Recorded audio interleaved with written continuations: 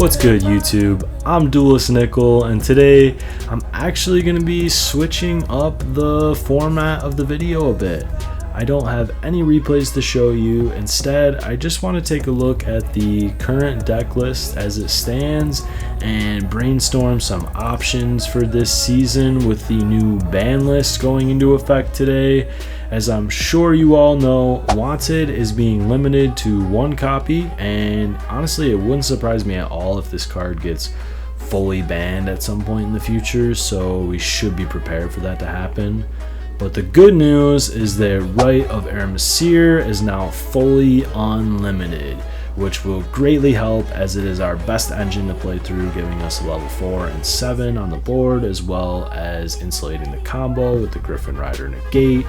Also, it seems very likely that Water Enchantress will follow suit and become fully unlimited at some point in the future as well, so that's something that we can look forward to.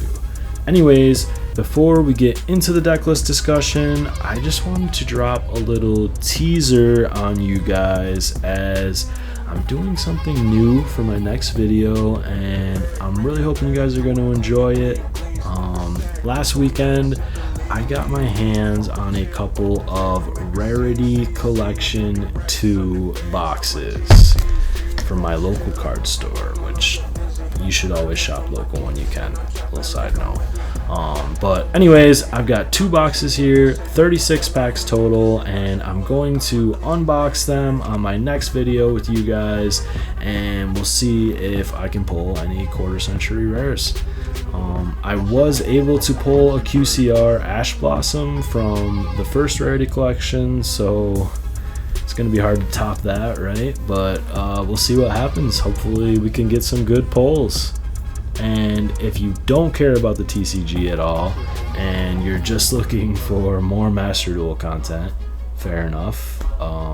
I will of course be back later this month with more replays and my updated list after testing it on the ladder.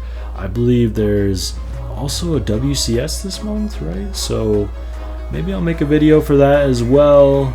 We'll see. You'll have to subscribe and find out. Also, I should mention that if you stumbled on this video looking for some replays with this deck list, you can find those in my last 2 videos. I have a Master 1 deck profile for this list, as well as a Snake Eyes Synchron combo guide going through some of the 1 and 2 card combos from the deck. Be sure to check those out on my channel if you haven't yet. With all that being said, let's take a look at the list. So I think that the obvious starting point is going to be swapping out that 3rd copy of Right of Eremacir, or sorry, the 3rd copy, excuse me, the 2nd copy of Wanted, swapping that in for the 3rd copy of Right of Eremacir, which I don't think that it's actually gonna let me do that right now. Yeah, it's only gonna let me have 2 because it's the ban list hasn't actually gone into effect yet. So for the purposes of this exercise, let's just pretend that this 2nd copy of Wanted is actually a 3rd copy of Right, just so that we can play around with the numbers.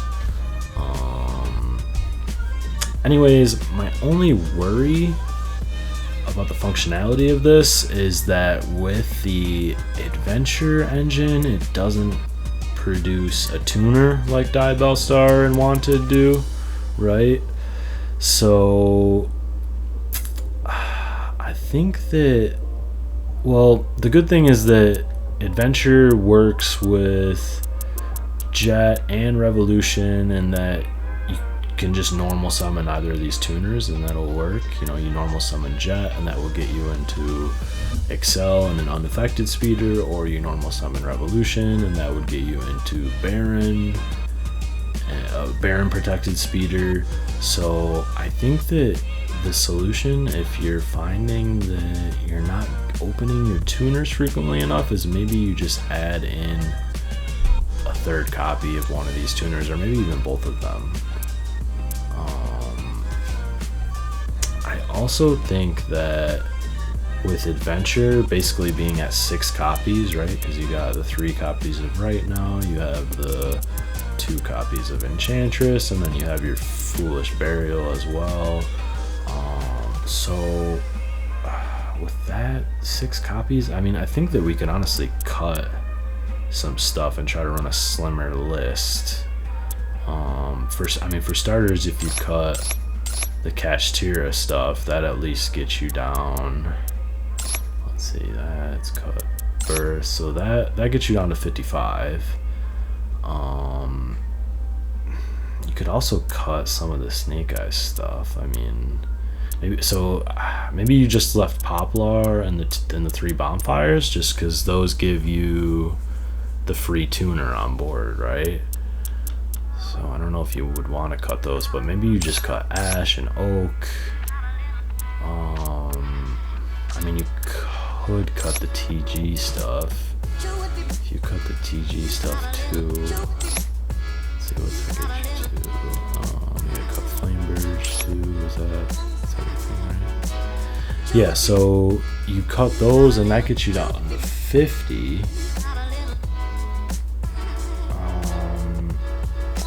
Well, maybe you'd be better off keeping the TG stuff, because if you're keeping Poplar, then that at least still gives you that backup line with the 2 level 1s that get you to Speeder through TG.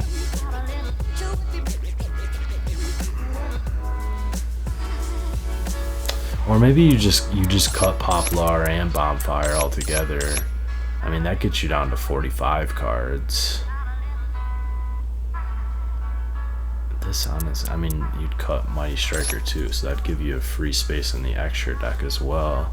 I mean, honestly, this would probably run pretty well. With the extra deck space, I think this opens the door to give you get back to the level 7 synchro. So my personal favorite is Ancient Fairy Dragon.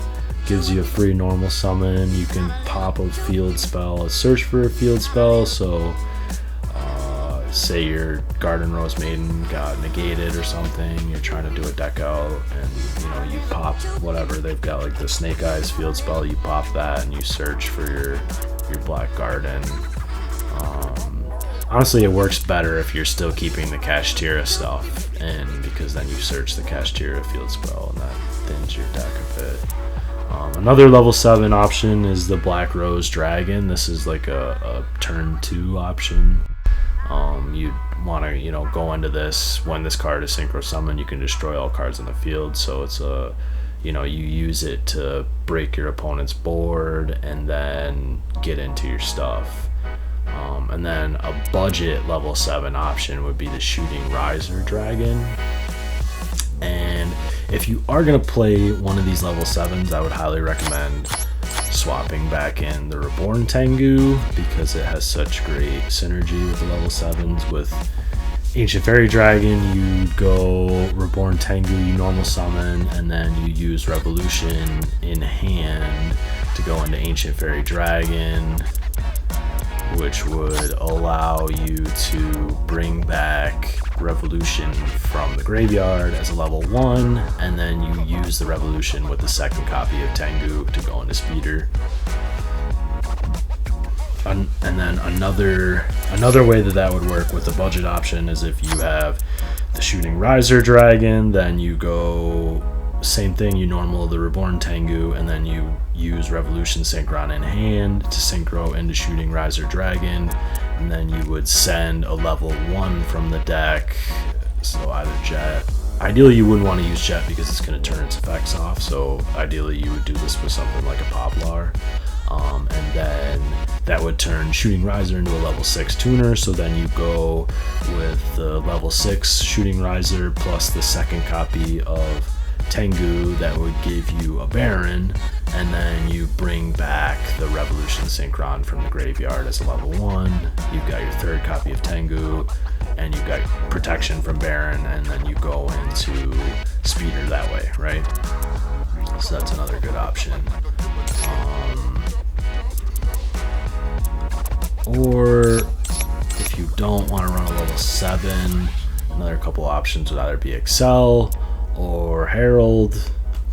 They're both very useful cards, not necessary for the deck per se, but they're good tools. If you did choose to go Herald, another option for the main deck would be to go with Illusion and Souls, because that would give you, basically if you send Herald to the graveyard, then that gets you into, or it allows you to search Illusion, and then you can get to Souls and you can get to your draws. The good thing about running Souls this month is, with the Adventure Engine being as strong as it is going to be, you're going to be able to get to the 2 face-up spells more frequently, which is going to give you the draw 2 to unbrick hands, so that's definitely a plus.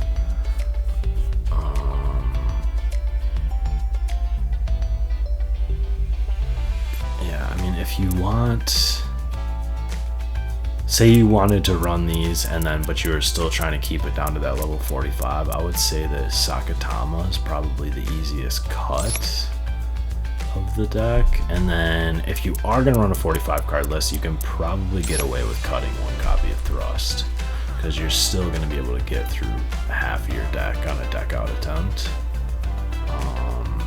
So even with just the 3 copies, right, the 2 Thrust and the 1 Destruction, you should still be able to pull that off frequently enough.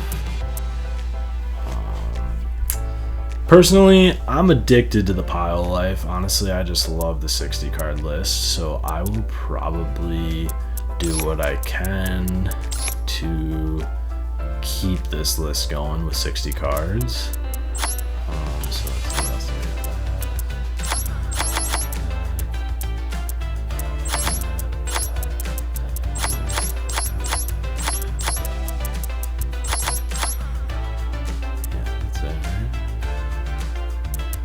Yeah. Oh, and then take this out. Yeah, so just for starters for this month, all I'm going to do is swap out the wanted for the right, and then we'll go from there. And like I said, if we're having issues getting to tuners, that's going to be when I'm going to start making tweaks to see how we can pick up the consistency. So yeah, I think that's about it for my thoughts on the list for this month.